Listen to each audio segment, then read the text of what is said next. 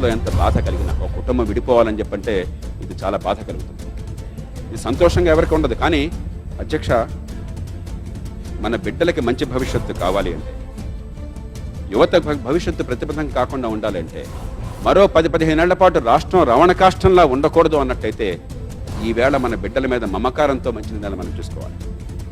బలవంతంగా ఐక్యత కొనసాగటం సాధ్యం కాదు.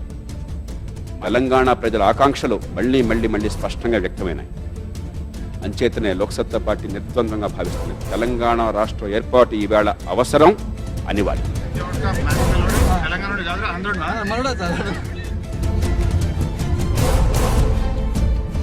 900 కోట్ల రూపాయల పనులు అక్కడ నియోజకవర్గంలో అమలైన ఈ రాష్ట్రంలో ఏ నియోజకవర్గంలో కూడా అంత పనులు అమలు కాదు. దాని మీద ఒక చక్కటి ఫిల్మ్ ఒకటి తయారైంది.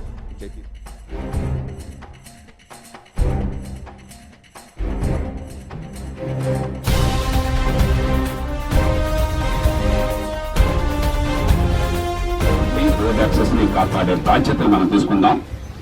ప్రాణం పోయినా కూడా రోడ్డును వదిలేదు లేదు.